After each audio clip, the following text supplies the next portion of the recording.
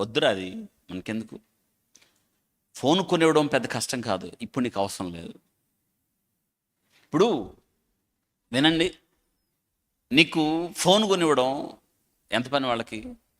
ఒకవేళ ఆ స్థితి ఉంటే నీకు బైక్ కొనివ్వడం ఎంత పని? నీకు వద్దని కదా. వింటున్నారా? నాకు బాగా గుర్తు, చీరాలే అక్క అన్న ఇద్దరు మన చర్చికి వస్తారు. Only sun, intermediate first year చేరాడు. వాళ్ళ డాడీ వాడికి ఇవ్వడు బైక్. అసలు కొన్ని రూల్స్ ఉంటాయి ఆయనకి, చాలా స్ట్రిక్ట్. ఆయన అప్పుడు దాకా చిన్న బండి ఉంది, ఆయన ఆఫీస్కి వెళ్ళటం కష్టంగా ఉందని బైక్ కొన్నాడు ఆయన. వీడు కాలేజీ నుంచి వచ్చి వాళ్ళ నాన్న అన్నం తింటుంటే బైక్ తాళం తీసుకొని ఇంకిద్దరిని ఎక్కించుకొని,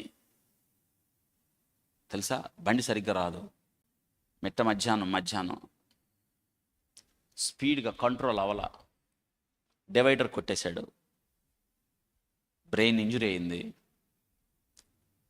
లోన బ్రెయిన్లో నుంచి రక్తం సబెరకనాడి హెమరేజ్ వచ్చి కోమాలోకి వెళ్ళిపోయాడు. ఇక్కడ చూశారు, గుంటూరు తెచ్చారు. ఇప్పుడు గుంటూరులో ఉన్నాను. మార్నింగ్ చనిపోయాడు. వాళ్ళ నాన్న ఏమేడ్చాడు తెలుసా? ఆ డెడ్ బాడీ చూసి, ఎంత దాచిపెట్టిన తాళం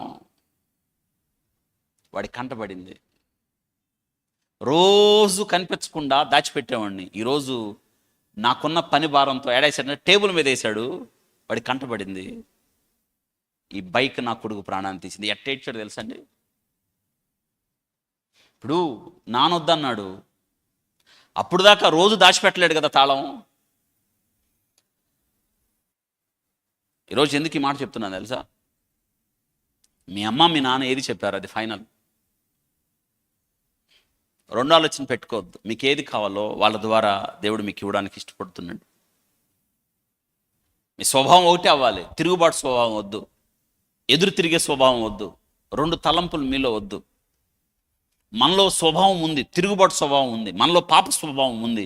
కానీ యేసు క్రీస్తు మన కొరకు మరణించి తిరిగి లేవడం ద్వారా మనలో మొదటి ఆదాము అనగా తిరుగుబాటు స్వభావాన్ని తీసివేసి యేసు క్రీస్తు ప్రభువారు సాత్వికం, దీనత్వం, లోబడే స్వభావాన్ని మనకిచ్చాడు.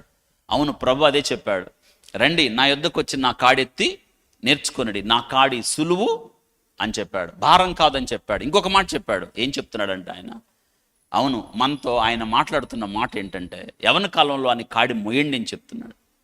నేను సాత్వికుడను, దీన మనస్సు గలవాడను అని చెప్పాడు ఆయన. ఈ లక్షణాలు మీరు నేర్చుకోండి. స్వభావం మీలో ఎవరి స్వభావం రావాలంటే క్రీస్తు స్వభావం రావాలి. గుర్తుపెట్టుకోవాలి, క్రీస్తు స్వభావం, లోబడే స్వభావం, తగ్గించుకునే స్వభావం. అవును, యేసు క్రీస్తు ప్రభువారు నజరేతుకు వెళ్ళి తల్లిదండ్రులకు లోబడెను. అబ్బబ్బా, ఎంత చక్కని మాట. ఏ రోజు తల్లిదండ్రులకు ఎదురు తిరగలేదు ఆయన. మోడల్, ఎంత చక్కని జీవితం. ఏనాడు ఎదురు తిరగలేదు. అవును, ఆయన నజరేతుకు వెళ్ళి తల్లిదండ్రులకు లోబడిను అని ఉంది. దేవుడు మానవుడిగా ఈ లోకానికి వచ్చి తల్లిదండ్రులకు ఏమయ్యాడంట? భూలోకంలో తల్లిదండ్రులకైనా లోబడెను. నెంబర్ 1 స్వభావము, నేచర్. నెంబర్ 2 స్వాతిశయము, సెల్ఫ్ కాన్ఫిడెన్స్.